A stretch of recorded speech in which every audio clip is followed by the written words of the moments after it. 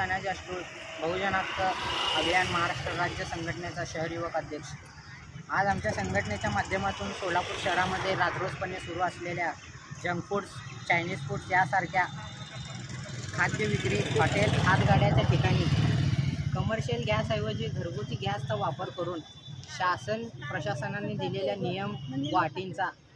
उघडपणे उल्लंघन करण्यात येत आहे। त्याबाबत लेखी तक्रारान्वये या होत असलेला गैरप्रकार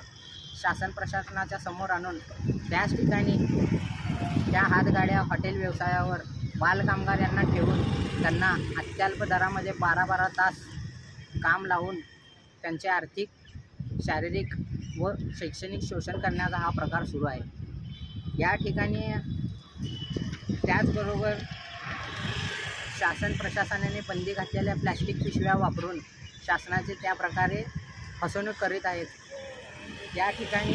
ते होत असलेल्या बेकायदेशीर कृत्याला कोणीही लक्ष देत नसल्याने व त्यांच्याकडून दुर्लक्ष होत असल्याने हा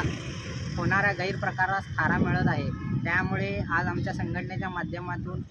माननीय जिल्हाधिकारी, माननीय पोलीस अधिकारी,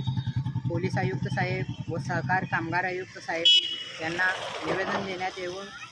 या होत असलेल्या बेकायदेशीर कृत्याबाबत भरारी पथकाची नेमणूक करून त्या भरारी पथकाचा